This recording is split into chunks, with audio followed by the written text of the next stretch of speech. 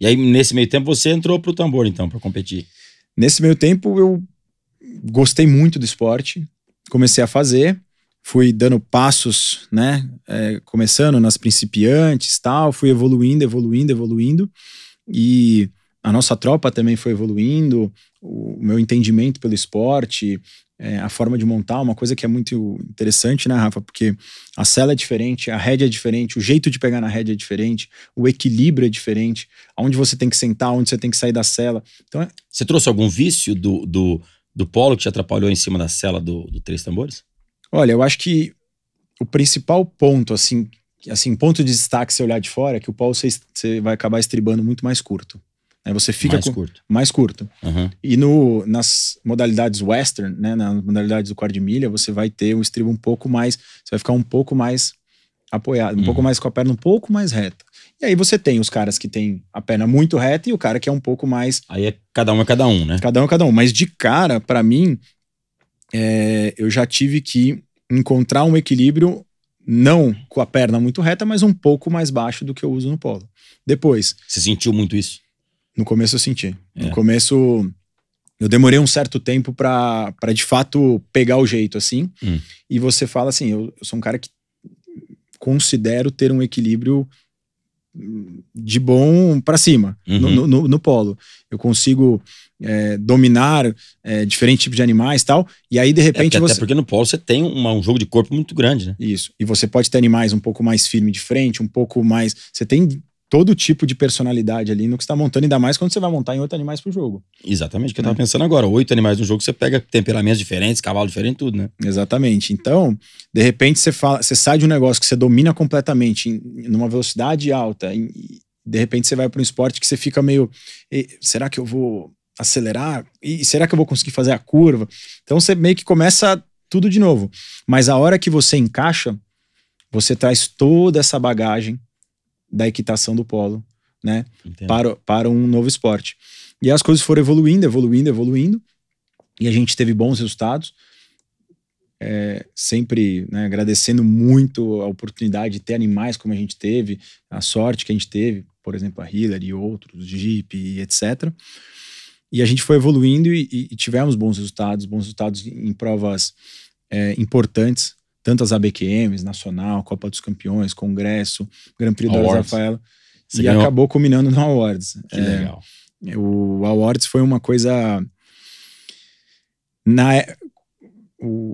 Acho que assim, os grandes expoentes do Awards é a Luíse e a Carol Ruggolo, né, super competidoras e de fato referências aí no Três Tambores. E na época... Eu lembro que a Carol vinha muito bem, mas ela tinha machucado. Ela machucou, a Carol acho que machucou no Nacional, no Congresso, alguma coisa assim. Algum evento da BQM, eu lembro que ela tava lá com o joelho, que ela demorou pra recuperar. Aliás, quero mandar um abraço especial aqui pra família Ruggolo, Dirley, Rose, Luiz, Carol. Tem um carinho, um apreço muito grande por todos eles, a família inteira. Boa, também, grandes amigos, um abração em todos aí, no Felipe também. É isso que eu ia falar, e a família não para só nos Ruggolo, né? Vem Felipe, vem todo mundo atrás. Todo mundo, exatamente. É muito bacana. O Felipe, a gente brinca que ele só não é Ruggolo, né? Mas ele é da família igual. Já deve estar no nome, daqui a pouco passa pro nome do Dirley. Mas nessa, a Luíse vinha muito forte, mas na época eu ainda tinha uma vantagem, né? Eu corria amador masculino, e eu ainda tinha light na época. Então eu tinha 3 oportunidades, né?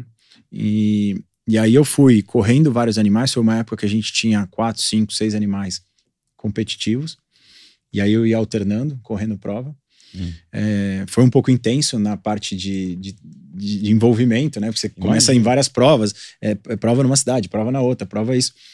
Mas as coisas foram acontecendo. E aí um dia a Luíse me chamou e falou o seguinte: Cadu, você viu como é que tá a sua pontuação? Eu falei, não, porque eu realmente não tinha a dinâmica de entrar lá no sistema, olhar como é que tá umas coisas, como é que tá o acúmulo de pontos. Eu sabia que eu tive uma prova ali que eu ganhei, uma outra ali, um não sei o que aqui. Mas eu falei, não. Aí eu fui ver lá, eu tinha uma pontuação, acho que eu tava em terceiro, em segundo, não sei, acho que eu já tava em segundo.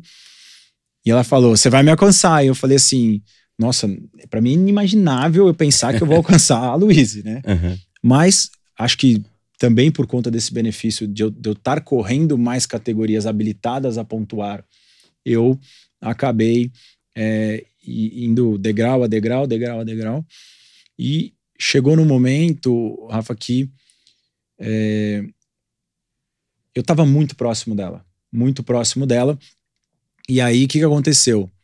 Eu corri uma prova, me lembro especificamente que a Louise não foi a melhor prova dela, especificamente naquela, né? É raro acontecer, porque normalmente elas acertam majoritariamente quase todas as provas. Mas naquela prova ela não tinha ido tão bem, e eu tinha ido bem, só que eu não consigo calcular o ponto antes, porque as provas ela acaba, fechou a prova, o organizador tem 15 dias para protocolar isso na BQM. E aí, quando ele vai protocolar, ele vai dizer o seguinte: tinham 30 caras na categoria, 100 caras na categoria. Se você tiver algum tipo de inadimplência, se você tiver algum tipo de... se você tiver algum animal que teve SAT por qualquer tipo de desclassificação, aí você vai tirando o grupo de pessoas para poder... Porque você tem uma tabelinha para pontuar. Se tem X na categoria, o primeiro pontua tanto, o segundo tanto, e assim por diante, conforme vai diminuindo. Então eu fiz uma conta meio de padeiro ali, usando ali o celular, um pouco do que pode acontecer, imaginando, tirei ali X%, cheguei numa conta que ou eu estava empatado, ou eu estava 2, 3 pontos na frente dela. Só que eu não sabia, eu só ia saber daqui 15 dias. Só que nessa época, faltavam 3 semanas para virar o calendário hípico. A gente já estava no final de junho para julho. Uhum. E normalmente, na minha vida competitiva do tambor, eu dificilmente corri semanas seguidas. Eu corri uma semana, pulava uma, corria outra, até mesmo pelos cavalos, tal, pela dinâmica da equipe também, ficar o tempo todo fora de casa. Mas aí eu falei o seguinte: não, nessa oportunidade eu vou ter que ir numa seguida. Porque a prova acabava, acho que na segunda-feira já era dia 1º de julho. Sabe? Uhum. Que é o dia que fecha o ano hípico. Já fechou o ano hípico. Se a prova começar, se o dia 1º for sábado, só vale até sexta. Se o dia 1º for domingo, só vale até sábado. Uhum. Então, era a minha única oportunidade. E possivelmente, se eu tivesse atrás, eu estaria entregando o troféu para ela. Então eu falei, tem que correr, tem que correr, tem que correr, tem que correr.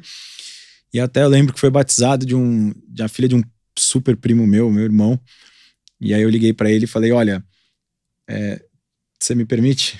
Você me autoriza? Ele falou, vai lá. Mas ele falou com uma condição. Vê se ganha isso daí, pelo menos, né? Já que você não foi no batizado da minha filha. E aí eu peguei e fui. Foi uma das melhores provas que a gente fez, né? Foi o melhor tempo que eu fiz na Hillary na minha carreira com ela. Quanto foi? 16.600, né? E foi assim, uma prova super, super boa, fluiu tudo bem, a tropa andou bem, e acabou a gente tendo esse privilégio de ter esse reconhecimento. Pra gente foi muito legal, assim, esse reconhecimento. A gente ficou muito honrado, assim, de você entrar num esporte novo, numa associação tão grande, organizada e alcançar um objetivo como esse. Pra gente foi muito prestigiante, né?